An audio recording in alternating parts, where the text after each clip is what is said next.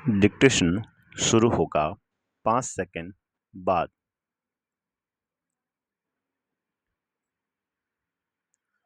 यशपाल का जन्म सन 1903 में पंजाब के फिरोजपुर छावनी में हुआ। प्रारंभिक शिक्षा कांगड़ा में ग्रहण करने के बाद लाहौर के नेशनल कॉलेज से उन्होंने बीए किया। वहां उनका परिचय भगत सिंह और सुखदेव से हुआ। स्वाधीनता संग्राम की क्रांतिकारी धारा से जुड़ाव के कारण वे जेल भी गए। उनकी मृत्यु सन 1976 में हुई। यशपाल की रचनाओं में आम आदमी के सरोकारों की उपस्थिति है। वे यथार्थवादी शैली के विशिष्ट रचनाकार हैं। सामाजिक विषमता, राजनैतिक पाखंड और रूढ़ियों के खिलाफ उनकी रचनाएं मुखर हैं। उनके कहानी संग्रहों में ज्ञानदान, तर्क का तूफान, पिंजरे की उड़ान व दुलिया, फूलों का कुर्ता उल्लेखनीय है। उनका झूठा सच उपन्यास भारत विभाजन की त्रासदी का मार्मिक दस्तावेज है। अमिता, दिव्या, पार्टी, कामरेड, दादा कामरेड, मेरी तेरी उसकी बात उनके अन्य प्रमुख उपन्यास हैं। भाषा की स्वाभाविकता और सजीवता उनकी रचनागत विशेषता है। यूं तो यशपाल ने लखनवी अंदाज, व्यंग्य यह साबित करने के लिए लिखा था कि बिना कथ्य के कहानी नहीं लिखी जा सकती, परंतु एक स्वतंत्र रचना के रूप में इस रचना को पढ़ा जा सकता है। यशपाल उस पतनशील सामंती वर्ग पर कटाक्ष करते हैं जो वास्तविकता से बेखबर एक बनावटी जीवन शैली का आदी है। कहना न होगा कि आज के समय में भी ऐसी परजीवी संस्कृति को देखा जा सकता है। मुफस्सिल की पैसेंजर ट्रेन चल पड़ने की उतावली में फूंकार रही थी। आराम से सेकंड क्लास में जाने के लिए दाम अधिक लगते हैं। दूर तो जाना नहीं था। भीड़ से बचकर, एकांत में नई कहानी के संबंध में सोच सकने और खिड़की से प्राकृतिक दृश्य देख सकने के लिए टिकट सेकंड क्लास का ही ले लिया। गाड़ी छूट रही थी। सेकंड क्लास के एक छोटे डिब्बे को खाली समझकर, जरा दौड़कर उसमें चढ़ गए। अनुमान के प्रतिकूल डिब्बा निर्जन नहीं था।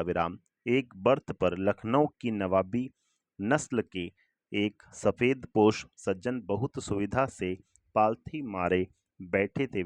सामने दो ताजे चिकने खीरे तौलिए पर रखे थे। डिब्बे में हमारे सहसा कूद जाने से सज्जन की आंखों में एकांत चिंतन में विघ्न का असंतोष दिखाई दिया। सोचा, हो सकता है, यह भी कहानी के लिए सूझ की चिंता में हो या खीरे जैसी अपदार्थ वस्तु का शौक करते देखे जाने के संकोच में हो। नवाब साहब ने संगति के लिए उत्साह नहीं दिखाया।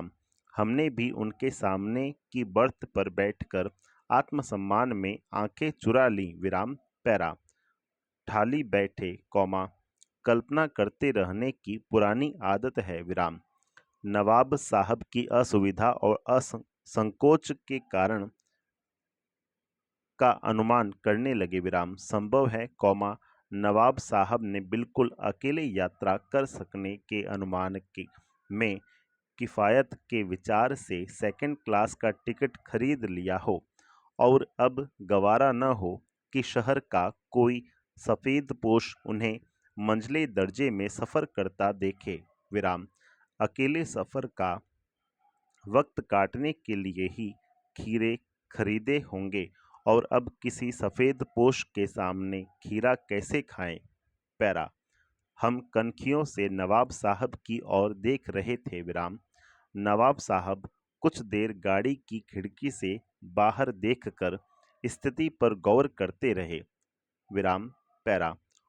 ओह, नवाब साहब ने सहसा हमें संबोधन किया, आदाब अर्ज जनाब, कौमा खीरे का शौक फरमाएंगे।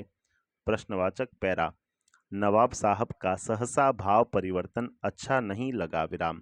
भांप लिया, कौमा आप शराफत का गुमान बनाए रखने के लिए हमें भी मामूली लोगों की हरकत में लथेड़ लेना चाहते हैं विराम।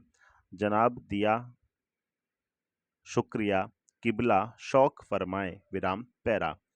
नवाब साहब ने फिर एक पल खिड़की से बाहर देखकर गौर किया और दृढ़ निश्चय से खीरों के नीचे रखा तौलिया झाड़कर सामने बिछा लिया विराम।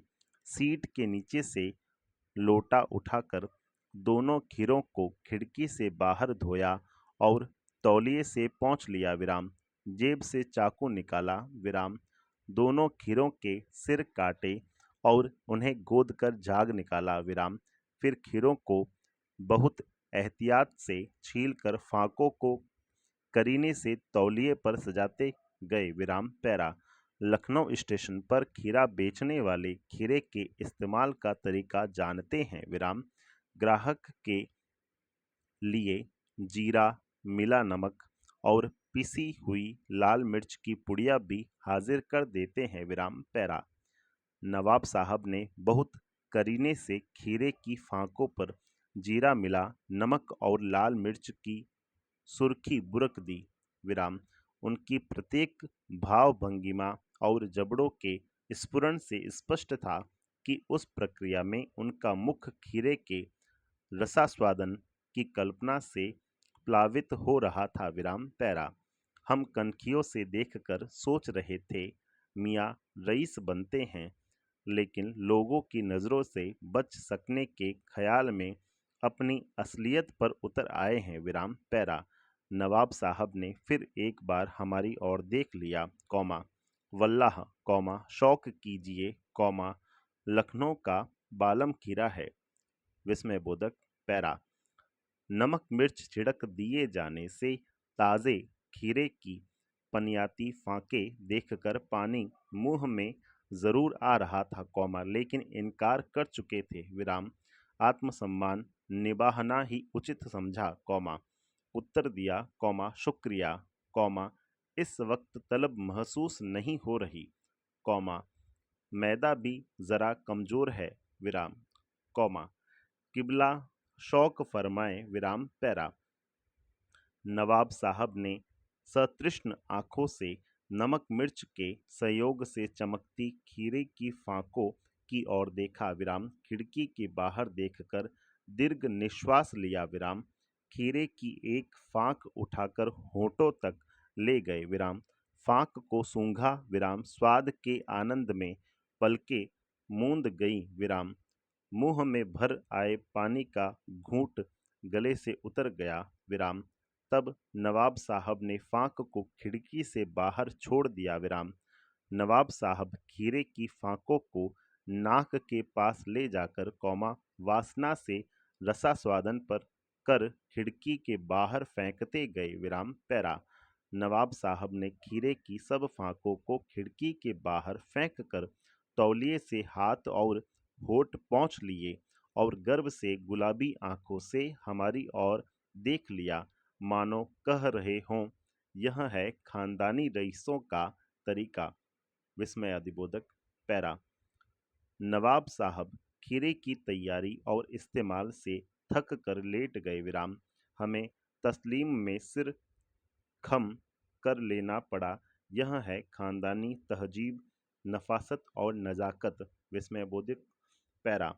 हम गौर कर रहे थे, कौमा खीरा इस्तेमाल करने के इस तरीके को खीरे की सुगंध और स्वाद की कल्पना से संतुष्ट होने का सूक्ष्म, कौमा नफीस या एब्स्ट्रैक्ट तरीका जरूर कहा जा सकता है, परंतु क्या ऐसे तरीके से उदर की तृप्ति भी हो सकती है? प्रश्नवाचक पैरा। नवाब साहब की ओर से भरे पेट के ऊंचे डकार का शब्द सुनाई दिया और नवाब साहब ने हमारी ओर देखकर कह दिया, कौमा खीरा लजीज होता है, लेकिन होता है शकील, कौमा नामुराद मैदे पर बोझ डाल देता है विराम पैरा। ज्ञान चक्षु खुल गए, विस्मयादिबोधक पहचाना ये हैं नई कहानी के लेखक, विस्मयादिबोधक।